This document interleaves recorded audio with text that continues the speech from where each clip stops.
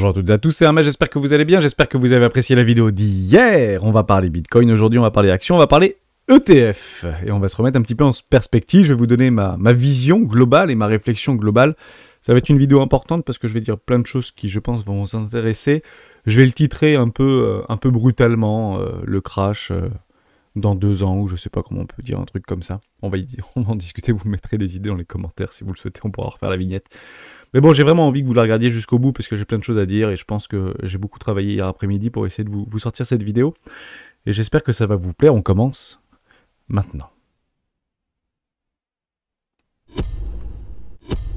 Avant de commencer, je vous invite toujours à rejoindre le Discord des rois du marché. Vous trouverez le lien dans la description. À l'intérieur, une documentation qui s'appelle la stratégie des 4 rois. N'hésitez pas à l'utiliser, vous en imprégner, vous en inspirer pour vous aussi. Trouvez votre propre style d'investissement, que ce soit sur le court, moyen, long terme, voire très long terme.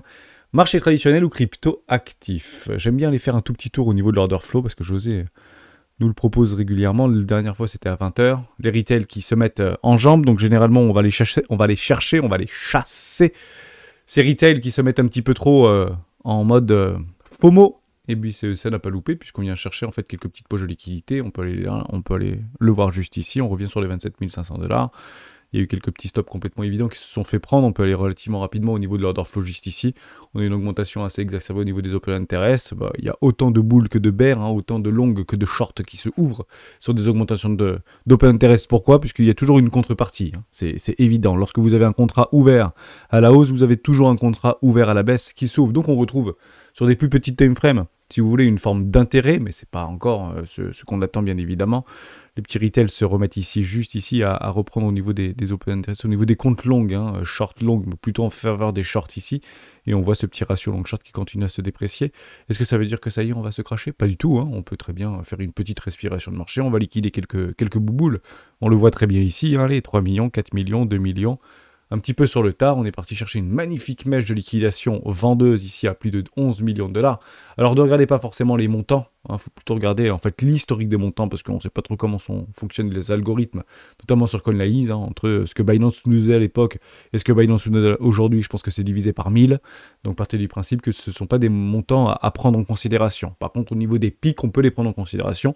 Ici, on voit dans la journée d'hier, enfin dans la nuit de avant-hier à hier, on a liquidé pas mal de bears sur une magnifique push de chasse à la liquidité.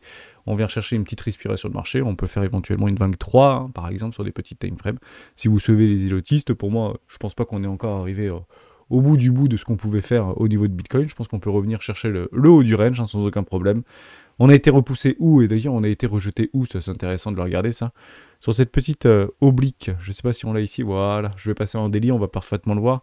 Vous voyez comment on est parfaitement en fait venu chercher cette oblique. On vient chercher une petite accélération, un petit peu de FOMO ici. Hop, on clôture exactement sur les 28 000 $. On savait que ça allait pas être évident ces 28 000 $. Par contre, si on revient à s'étendre au-dessus des 28 000 $, l'objectif c'est d'aller chercher potentiellement cette oblique ici, cette petite trendline miroir par rapport à une trendline baissière. Les trendlines baissières, c'est clairement là où les acheteurs prennent profit. Généralement, c'est pas où les vendeurs se positionnent. Les vendeurs se positionnent où? Sur des trendlines haussières. Et je vous la montre en 1000. Cette haussière, on va se la mettre en jaune juste là, même en très gros et en gros points. Voilà, sur cette magnifique trendline haussière, généralement, les vendeurs vont se positionner dessus. Donc, vous voyez, ça peut être ici. Ça peut être ici, ça peut être ici, ça peut être sur les 33 000 $, pourquoi pas Target MS. On a le temps chez les rois, mais clairement ce serait un bon play. Si vous devez sortir ou prendre des profits, cette magnifique trendline haussière, généralement c'est là-dessus où les bébères se positionnent. Vous en avez une deuxième qui est plutôt pas mal, c'est celle-ci, mais on en avait déjà parlé il y a plusieurs mois en arrière. C'est juste celle-ci, d'ailleurs on peut presque prendre un espèce de biseau ascendant ou biseau d'élargissement. Donc bienvenue dans la machine à laver des bitcoiners, c'est toujours la même chose, on va pas refaire le monde comme on dit. Je vais juste vous la mettre en deux et je vais la mettre ici en verte, comme ça on la verra mieux. Voilà, je vais prendre mes points, 1 point, 2 points, 3 points. Je le fais un petit peu à main levée, mais vous avez compris un petit peu l'idée. Voilà, un magnifique biseau ascendant. C'est juste formidable. On peut aller taper le haut, on peut taper le bas, on peut taper le haut, on peut taper le bas. Faites comme vous le sentez, mais grosse machine à laver et la volatilité devrait revenir et montrer le bout de son nez. Donc ici c'est TP et là-bas c'est TP également. C'est pas pour vous dire que ça ne peut pas aller plus haut ou que ça doit forcément cracher. C'est juste pour vous dire qu'il faut suivre son plan coûte que coûte, puisque c'est lui qui finalement gagne à la fin. Bon, formidable. On va pas rester plus de temps sur Bitcoin, il se passe pas grand chose finalement, on fait un petit peu de chasse à la liquidité, on regarde des petites obliques, il y a des tout petits plays en fait à aller chercher. On peut maintenant aller chercher les targets de AB égale CD, hein, c'est des trucs qui sont assez connus, donc AB égale CD juste ici. Ah, comme c'est incroyable, on est quasiment parfaitement venu chercher cette AB égale CD, on prend des profits, maintenant on attendra quoi, des structures éventuellement, ou des relanciers, on vient chercher donc des premiers arrêts du précédent mouvement, c'est juste incroyable, on vient exactement chercher, je vais le grandir parce que je sais qu'il y en a pas mal qui sont sur le téléphone, ici, boum, par rapport au précédent mouvement, premier arrêt, boum, magnifique, on vient chercher les 0,50, on peut repartir tranquillement. Est-ce que ça veut dire qu'il faut le swing? Est-ce que ça veut dire qu'il faut faire all-in? Non, vous suivez vos conditions, bien évidemment, de trade, et vous observez. Hein. La meilleure chose à faire, c'est strictement rien faire. Vous êtes magnifiquement bien placé dans deux bandes de range. Est-ce qu'on trade dans des bandes de range? Oui, si vous êtes range trader, si vous êtes investisseur, vous regardez un petit peu comme à la télé, et mettez-vous en tout petit time frame, parce que sinon, il ne se passe pas grand-chose, bien évidemment, mais il n'y a clairement pas à agir sur ce marché. Ça ne veut pas dire qu'il n'y a pas des opportunités, qu'on peut aller jeter un œil de droite à gauche, puisque j'ai vu une petite crypto qui a fait quelque chose de très intéressant. Hier, j'ai eu un push en fait sur mon application, et j'ai vu que ça avait fait 35%. J'ai dit, tiens, il y a tout le monde qui se pète un peu la tronche, et puis ça fait 35%, et en fait, on en avait déjà parlé de cette crypto, et j'aimerais vraiment vous en reparler, puisque, alors je ne vais pas rentrer dans l'hyper détail du fondamental, mais j'espère que ne pas oublier à la fin de la vidéo, ça vaut vraiment le détour, à quel point en fait, cette idée de attendre le cours venir à nous est juste une merveille finalement de patience qui récompense les plus patients et qui punit les impatients. Et c'est toujours comme ça sur les marchés crypto et c'est encore plus comme ça sur les marchés plus traditionnels. Bon, j'ai pas plus de choses à vous dire. Je vais repartir en fait dans une idée d'ETF parce que je pense réellement que cet ETF sera probablement vendu. En tout cas, la news de cet ETF sera vendue. Je vous dis souvent ça par rapport à un narratif, je vous dis souvent ça par rapport à une scénarisation, je vous dis souvent ça par rapport à des fractales. Maintenant, je vais essayer d'appuyer par rapport à des faits. Hein, ça, c'est très important. Et des faits qui sont en fait connus aujourd'hui par rapport à d'autres ETF qui sont déjà sortis un petit peu partout dans le monde. Et j'aimerais vraiment qu'on y jette un œil et je vais vous expliquer pourquoi. Je pense que les gros institutionnels n'y mettront pas forcément les pieds dans un premier temps. Ah, je pense que c'est super important. Bon, on repart par rapport à ce qu'on avait dit hier. Je regarde beaucoup la croissance. Vous savez, la croissance, tout se passe bien dans le meilleur des mondes, etc. Donc c'est juste formidable. Si vous revenez par rapport à la crise financière de 2008, il faut partir du principe qu'on était dans une croissance ascendante. Hein, on était passé en 2008, voilà, début 2008 ici, voilà, avril 2008, c'est au mensuel, en mensuel. Hein. Donc le mars 2008, on était à 0,06, puis 0,9, puis 1, puis 1,9, puis 3,3, puis 2,8. Vous comprenez qu'on continue, enfin tout allait bien dans le meilleur des mondes, bon sang. C'était vachement bien en fait en 2008. Bon, vous reprenez en fait des images ou vous reprenez des lives qu'on avait fait en début d'année dernière, me semble-t-il, par rapport à la crise de 2008 où vous aviez des panneaux qui étaient dans les cours des maisons pour dire à vendre avec des remises à 15% ou des remises à 20% sur des baraques. Enfin, faut quand même le voir, faut le vivre pour le voir. Enfin, faut le voir quoi, pour le croire. Vous comprenez un peu l'idée.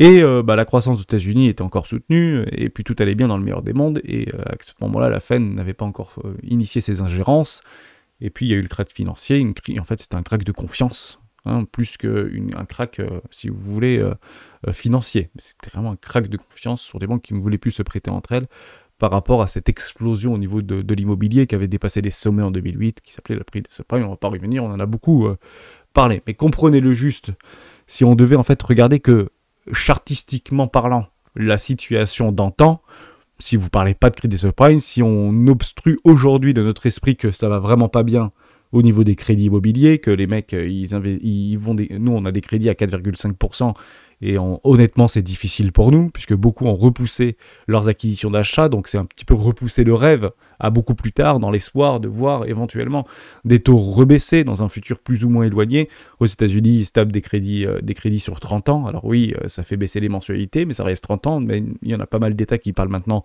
de 35, 40, 45, voire 50 ans pour les plus jeunes, sortis des écoles ou les plus jeunes américains, avec des taux à 8 ou 9%. Commence à piquer un petit peu quand même. J'ai pas envie de vous le dire, mais c'est pas évident, franchement, vous payez quasiment 2 fois la maison au bout de 30 ans ou 35 ans ou 40 ans. Bon, ça, ce qui est dit n'est plus à dire. Mais graphiquement parlant, on comprend bien qu'on était quand même dans une forme de croissance en 2008. Hein. C'était plutôt... tout allait bien, quoi, dans le meilleur des mondes. C'est un petit peu ce qu'on ressent ici. On sait que la croissance est molle. Hein. On sait aussi qu'il y a la Fed qui nous aide et qu'il y a la Fed qui tue le risque. Mais il y a d'autres news qui sont extrêmement pertinentes à regarder. Et ça commence par ça. Bon, le prix des iPhones en Bitcoin entre 2011 et 2023, ça c'est Modéradar qui nous l'expliquait, a baissé de 99%. Ça c'est très difficile, en fait, psychologiquement à intégrer, psychologiquement à rationaliser. Comment un iPhone 4S de l'époque en 2011 se retrouve aujourd'hui dans un iPhone 15, bien moins cher que des mots écoutés par rapport à un Bitcoin que vous auriez pu, entre guillemets, avoir. C'est clairement une question d'adoption. Plus vous êtes nombreux ou plus nous sommes nombreux à utiliser un produit ou un service, plus celui-ci se valorise. C'est une évidence absolue. Plus vous avez de personnes qui consomment vos produits régulièrement, plus vous avez la possibilité d'apprécier son prix. Vous prenez le prix de l'iPhone 4S et vous prenez le prix de l'iPhone 15 aujourd'hui, son prix a augmenté. Probablement plus que l'inflation sur les 10 dernières années si vous voulez. Pourquoi ? Parce qu'ils ont suffisamment de clients, ils ont suffisamment d'adoption pour pouvoir en fait voir beaucoup plus loin et vendre des produits tout simplement plus chers et maintenir, voire augmenter leur marge année après année. Oui, c'est probablement toujours un excellent rapport qualité-prix, je ne dis pas du tout le contraire. La technologie va bien plus vite que son propre prix. Eh bien, Bitcoin est bien plus vite que son propre prix puisque l'iPhone aujourd'hui ne coûte que 0,031 BTC. Qu'est-ce qu'il faut en tirer en fait de cela ? Est-ce que ça veut dire que ça peut continuer indéfiniment ? Non, à un moment donné, il y aura bien sûr une stabilisation, et j'irai peut-être encore plus loin, peut-être que demain l'iPhone ne sera plus en fait commercialisé en dollars, mais sera peut-être commercialisé en Bitcoin, ou peut-être commercialisé dans toute autre devise. Le dollar est loin de mourir. Il faut comprendre ça de façon extrêmement claire. L'hégémonie du dollar est très loin de mourir. Aujourd'hui, on peut parler du principe que finalement, le dollar et son expansion, extraterritorialisation, c'est clairement dû en fait à l'accidentalisation du monde et à la mondialisation du monde par les Occidentaux, de par nos conquêtes et de par notre armée. Il faut vraiment comprendre comme ça. Plus vous avez une armée qui va loin, plus vous avez une monnaie qui doit être forte. Et quand on parle en fait de la monnaie reine qui sera peut-être demain remplacera le dollar qui s'appelle le yuan, ou le e-yuan, ou le yuan numérique, ou ce que vous voulez, en réalité c'est une fausse bonne idée de croire ça. Puisque la première chose et le plus important pour les Chinois, c'est de travailler avec ses frontières. Donc peut-être que le yuan sera extrêmement répandu aux frontières, ou peut-être au sein des BRICS, et encore, j'ai comme un grand doute vis-à-vis de l'Inde, les meilleurs ennemis du monde, comme on peut dire ça comme ça, à partir du principe qu'au niveau des 10 dernières années, en fait, l'hégémonie ou la démocratisation du yuan dans les échanges internationaux a augmenté de 1 point. Il est passé de 2,6 à 3,6. Waouh, en l'espace de 10 ans, 15 ans. Donc vous comprenez que même si on peut éventuellement dire qu'en l'espace de 10 ans, le yuan a augmenté de 33% ou de 30% sur les 10 dernières années, en fait, c'est quand vous passez de 2 à 3, oui, effectivement, ça fait pas loin de 30% si vous voulez d'augmentation, ou 50% d'augmentation qui plus est. Vous avez compris un petit peu l'idée, donc regardez bien ça plus en profondeur. Je pense que qu'on paye en yuan pour acheter du pétrole, je pense que c'est pas pour demain, si vous voulez. Surtout qu'ils sont plutôt importateurs qu'exportateurs. Ça, c'était une première chose pour vous remettre en perspective des choses qui sont très difficiles, en fait, psychologiquement, à rationaliser. Moi, j'ai pas plus vraiment de mots à dire. Est-ce que ça veut dire que demain, notre iPhone ne coûtera que 0,0003 BTC ? C'est possible. C'est complètement possible. Encore faudra-t-il avoir une ascension au niveau de son adoption, bien évidemment. En termes d'avantages, en termes d'unité de compte, plutôt que de réserve de valeur, bien évidemment. Parce que si vous comparez sur les 10 ou 20 dernières années le prix de l'iPhone par rapport au prix de l'or, je vous laisserai faire cet exercice, dites-le moi dans les commentaires. Finalement, vous ne le payez pas 10 fois ou 20 fois moins cher. Comprenez-le comme ça. Bien que l'or soit encore aujourd'hui considéré comme la réserve de valeur reine, que ce soit des institutions ou des gens fortunés, si vous voulez. Deuxième petite chose, ça j'ai trouvé ça extrêmement intéressant, ça a été partagé par ce Gobsys-Later. Les pertes latentes sur les titres de placement des banques montent en flèche. Pour le deuxième trimestre 2023, il est près de 550 milliards de dollars de pertes latentes. Pour mettre cela en perspective, cela représenterait près de 25% des fonds propres de toutes les banques. À mesure que les taux d'intérêt augmentent et restent élevés, longtemps cette tendance devient plus marquée. Que se passe-t-il si les banques réalisent ces pertes ? Ça veut dire que si vous vendez vos actions. En fait, c'est assez intéressant, bien que le S&P 500 soit quasiment au plus haut. Oui, mais le S&P 500 ne se résume pas à 5, si vous voulez, actions, ou 7 actions. Les 5 kings, ou les 5 reines, ou les GAFAM, si vous voulez. Et si vous regardez en fait à chaque fois les pertes réalisées latentes, si vous voulez, c'est qu'on était passé soit proche d'une récession, soit dans une récession, si vous voulez, et que ces pertes n'avaient finalement jamais été réalisées, bien que les prix avaient fortement chuté. Si vous prenez en fait ici entre 2008 et 2009, au niveau d'une tendance, les pertes réalisées, si vous voulez, avaient été plutôt importantes. Enfin, c'était très important à l'époque. Elles étaient quasiment équivalentes par rapport à 2018-2019, là où on a fait en fait à peu près le même scénario qu'on est en train de faire graphiquement sur le S&P 500. Et ici, elles sont juste cataclysmiques. Pourquoi en fait c'est soutenable d'avoir des pertes non latentes de près de 25% des capitaux de l'ensemble des banques, et notamment américaines? C'est extrêmement simple. C'est que la Fed est derrière et la Fed rachètera tous les actifs, bien évidemment. Pourquoi elle changerait quelque chose? Qu'est-ce que ça fait en fait depuis 2008 par rapport à aujourd'hui? Quel est en fait le résultat par rapport au risque-prix? Si vous annulez votre risque, vous prenez de plus en plus de risques. C'est toujours la même chose. Je vous prends l'exemple tout bête. Si vous allez au casino et vous jouez à la roulette, vous jouez le rouge, vous jouez le noir. Si vous gagnez, vous gagnez. Si vous perdez, vous êtes remboursé. C'est quand même incroyable cette histoire. Les banques aujourd'hui d'investissement, ou les grandes banques systémiques, jouent à ça. Vous mettez tout sur le rouge, si c'est le noir, vous êtes remboursé. Si c'est le rouge, vous gagnez. C'est quand même formidable ce jeu des banques. Quand même formidable. Alors oui, des fois, dans tous les casinos, ça marche pas et on fait des exemples. Bon, est-ce que vous avez vu beaucoup d'exemples, vous, depuis les 15 dernières années? Silvergate, pas du tout. Tous les dépôts ont été garantis, les actifs ont été repris. Silicon Valley Bank, pas du tout. Tous les dépôts ont été garantis à hauteur de l'infini et tous les actifs ont été repris. Autre chose? Rien.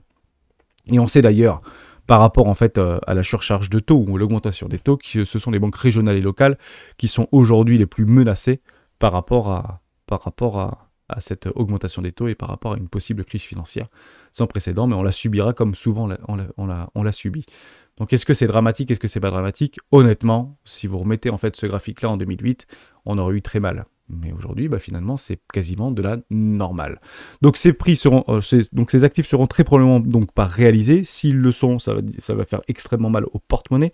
Et je pense que de toute manière, les banques centrales et les différents trésors vont de toute manière sauvegarder tout ça et annuler le risque. Comment on fait pour résoudre des problèmes de dette avec plus de dette? Comment on fait pour résoudre des problèmes de risque avec plus de risques? Bien évidemment, c'est bien connu. Je voulais m'arrêter à ça. Cette vidéo va pas durer très longtemps, mais ça va vraiment nous mettre tous en perspective. Ça, c'est CodeGecko qui partage ça par rapport à la différence volumétrique de l'ETF spot et futur, et y mettant en avant que les autres pays par rapport au contrat spot, spot ETF, a pris beaucoup d'avance par rapport au spot ou au comptant vis-à-vis des États-Unis. Moi, ce que je regarde toujours, c'est deux choses. Un, les volumes, ça m'intéresse beaucoup, et je pense que ce qu'on voit ici, les 35, les 25, les 21, les 8, c'est des volumes. Ce sont des volumes d'échange depuis la création très probablement de ces fonds ETF, que ce soit spot ou contrat futur, futur en bleu et spot ici en jaune.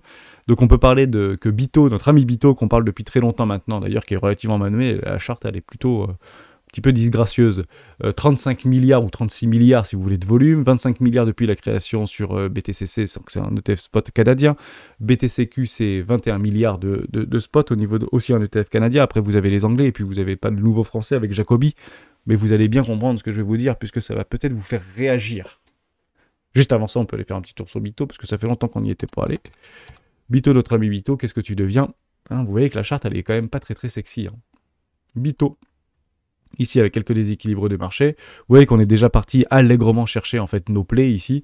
On était revenu, en fait, on avait même cassé un premier arrêt. Si vous faites de l'iotisme sur Bito, partez du principe qu'on est clairement sur une 2 entre les 0,50 et les 0,618. On est parti chercher quasiment les déséquilibres de marché sur les 12.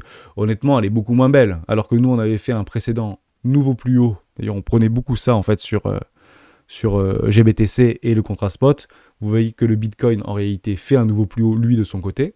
Juste là, donc vous voyez ici que le sommet est plus bas que le suivant, et ici ça fait un sommet plus bas que le suivant, donc plutôt intéressant de l'avoir. On est bien dans une dynamique baissière, on peut très bien aller chercher une zone, voire un déséquilibre de marché dans une zone de rechargement de vente logique, moyen terme, court terme, alors que Bitcoin Spot, lui, peut-être pourrait aller chercher la target MS pour aller derrière, s'effondrer, c'est complètement possible, donc on sera très vigilant. Donc on peut utiliser aussi ce type d'ETF, là où il y a pas mal de volume quand même si c'est pas énorme, 25 milliards depuis la création, et je pense que c'est depuis la création de Bito, il faut quand même jeter un petit œil, puisque ça permet d'avoir à peu près les tendances au niveau des flux vis-à-vis des institutionnels ou des gros portefeuilles. C'est plutôt eux qui utilisent ce type de mécanisme, puisque si vous êtes en particulier, vous allez plutôt chercher du spot sur votre échangeur préféré, généralement PSAN. Donc vous en avez quand même de plus en plus aujourd'hui en France, bah, autant en profiter. Et no coin, no keys, no coin. Hein. Donc si vous n'avez pas vos coins, si vous n'avez pas vos clés privées, bah, vous n'avez pas vos coins. Et clairement, bah, ProShare Bitcoin, au niveau de Bito, vous n'avez même pas de coin, puisque c'est clairement sur les contrats futurs. Donc je pense que ça permet en fait de nous remettre en perspective. Mais on va aller encore plus loin.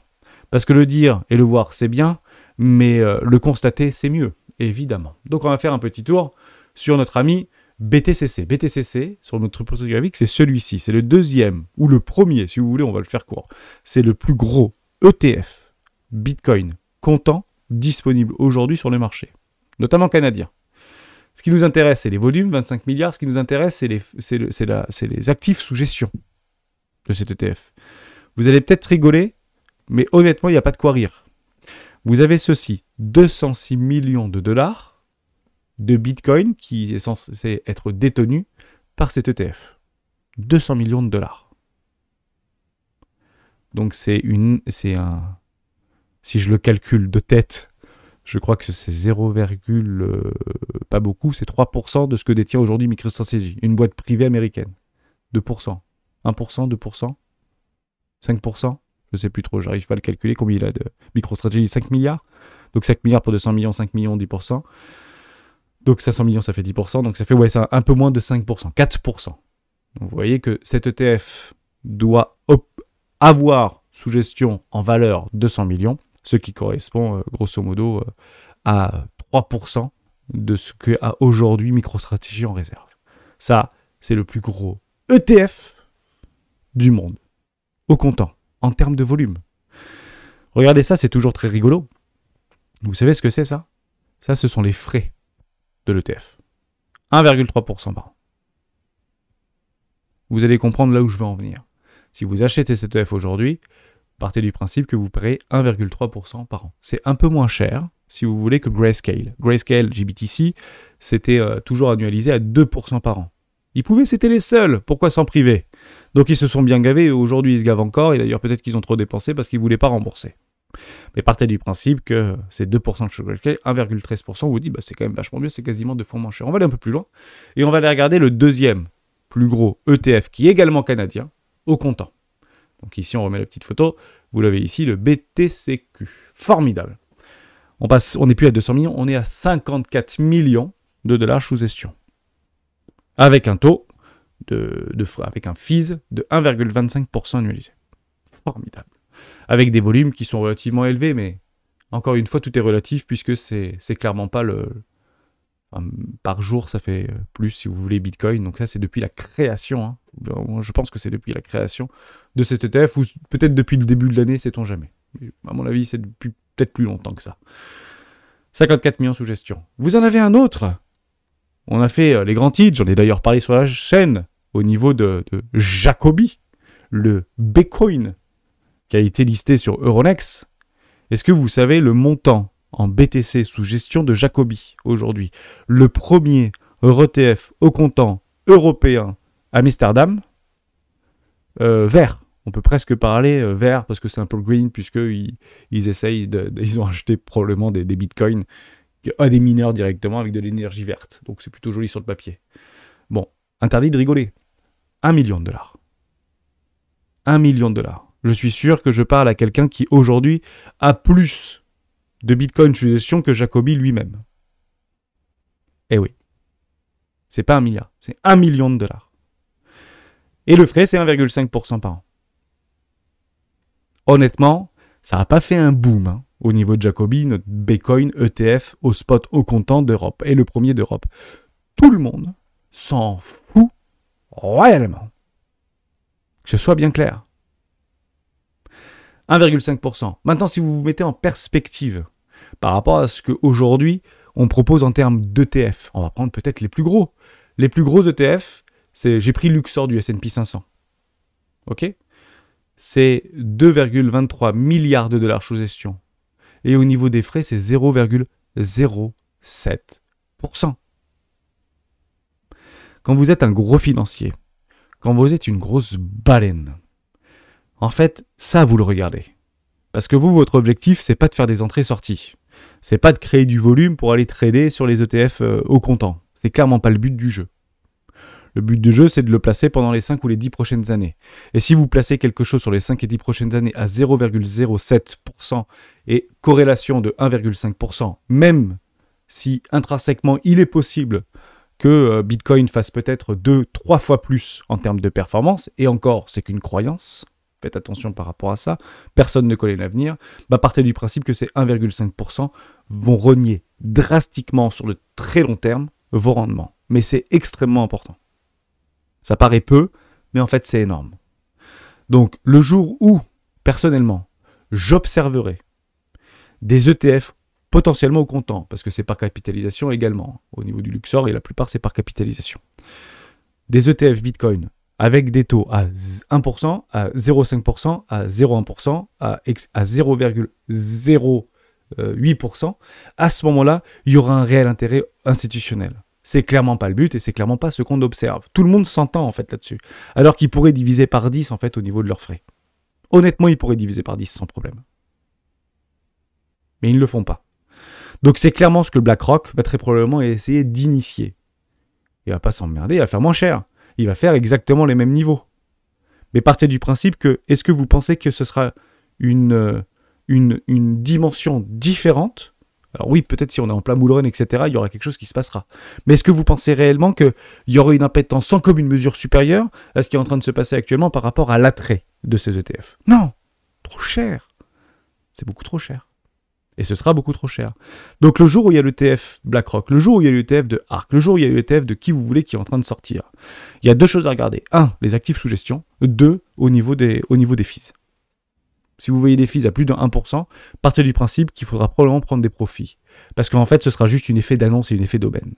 C'est pour ça que je vous dis encore une fois que je pense qu'il y aura en fait la rumeur qui sera pressée par le marché et que la news sera vendue. Eh oui, parce que ça fera plaisir à qui d'avoir les ETF Bitcoin? Posez-vous la question une seconde. Aux institutionnels ou au retail? À qui profite le crime? Aux institutionnels ou au retail? Je pense que vous avez la réponse. En tout cas, c'est clairement ce que je jouerai, ce que j'encadrerai. Quel que soit le niveau de valorisation de Bitcoin à cet instant T. Le jour où l'ETF de Bitcoin, BlackRock, Fidelity, etc. sont acceptés, on en a parlé dans la vidéo d'hier, potentiellement, peut-être pour mi-janvier, puisque tout a été repoussé pour mi-janvier, à ce moment-là, le jour où c'est disponible, je prendrai bien évidemment des profits relativement massivement. Je ne prendrai pas tout, mais je prendrai des TP. Parce que cette news sera très probablement vendue par rapport à l'attrait qu'on peut déjà observer actuellement. Bien que les volumes sont plutôt intéressants. J'espère que je vous ai aidé, mais quand vous regardez ça, franchement, le site est super joli. Téléchargez la brochure, etc. Ça paraît super beau. En fait, on n'a pas idée que ce fonds, aujourd'hui, qui a le premier ETF d'Europe, a 62 500 actions en circulation pour une valeur de 19 $.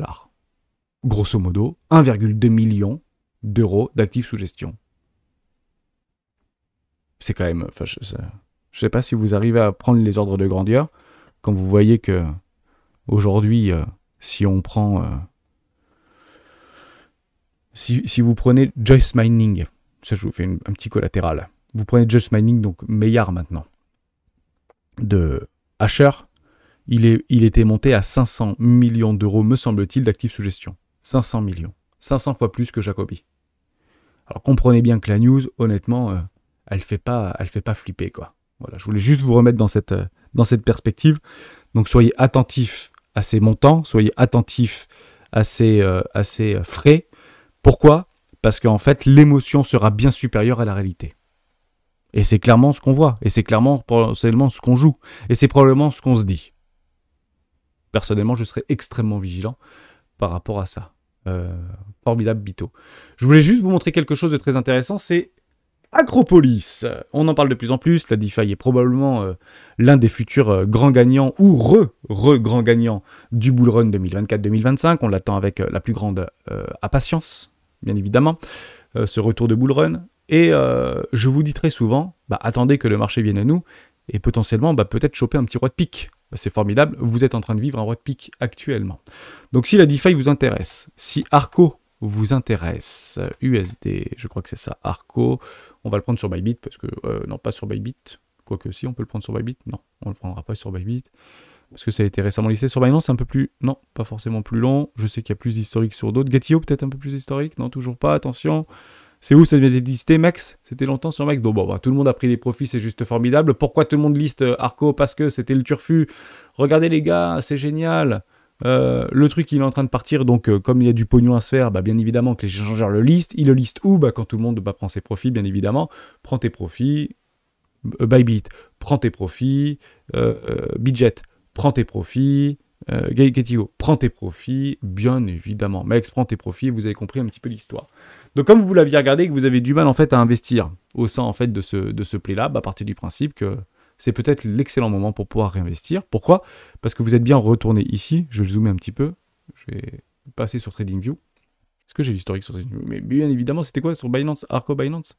Ah mais ça avait changé, mince. Je pensais que ça avait été listé, mais... Trésor de Binance, bon, ça fait longtemps, pardon. J'ai dit peut-être une bêtise juste avant. On revient bien dans une zone de rechargement d'achat. C'est juste formidable.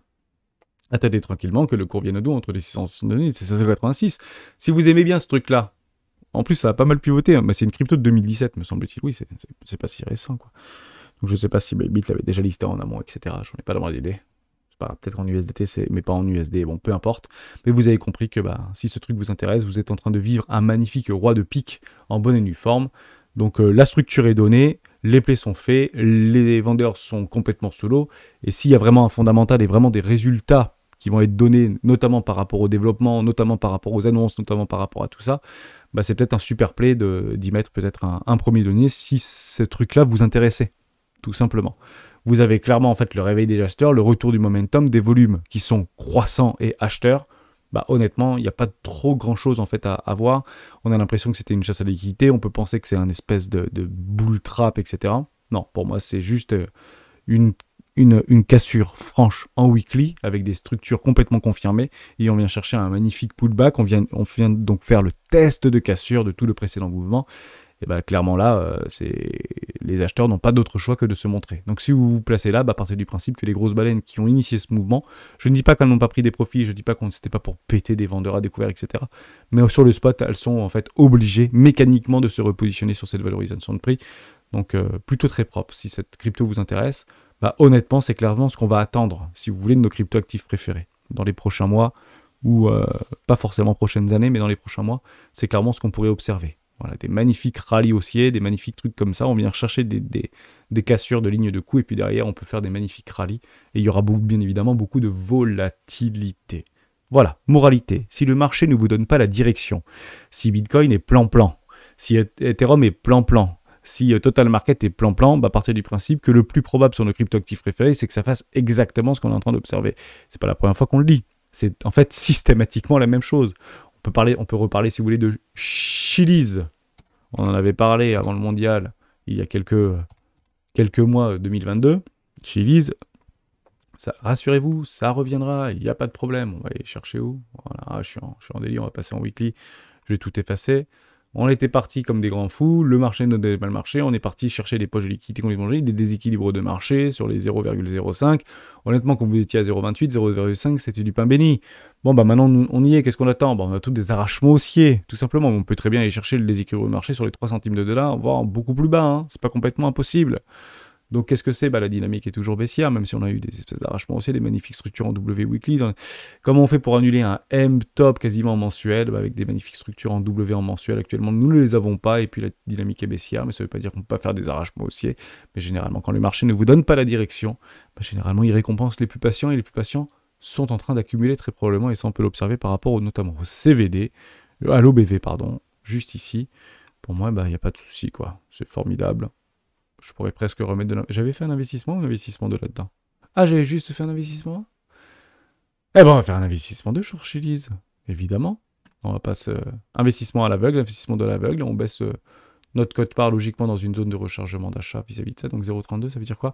On se fait juste rapidement 0,18, 0,16 par rapport à un 0,5, 0,6, ça ferait du 0... On va dire 10 centimes. 10 centimes pour les 21 centimes. On se retrouverait dans une zone de rechargement de vente logique moyen terme, court terme, dans une déséquilibre de marché pour prendre un 110%. Investissement de Chiliz, bien évidemment, c'est mécanique. J'avais pas mis d'alerte, mais plutôt intéressant d'aller chercher celui-là à peu près à un bon petit moins 65%. Ça fait du bien, moins 65%. à travers les gencives. Voilà, j'ai pas plus de choses à vous dire, j'espère que je vous ai aidé. 34 minutes finalement, bon, on a fait une grosse vidéo. Formidable, on se retrouve jeudi pour un top crypto des membres. Donc mettez-moi si vous voulez les cryptos que vous voulez qu'on aborde, je vous la listerai jeudi, top crypto des membres.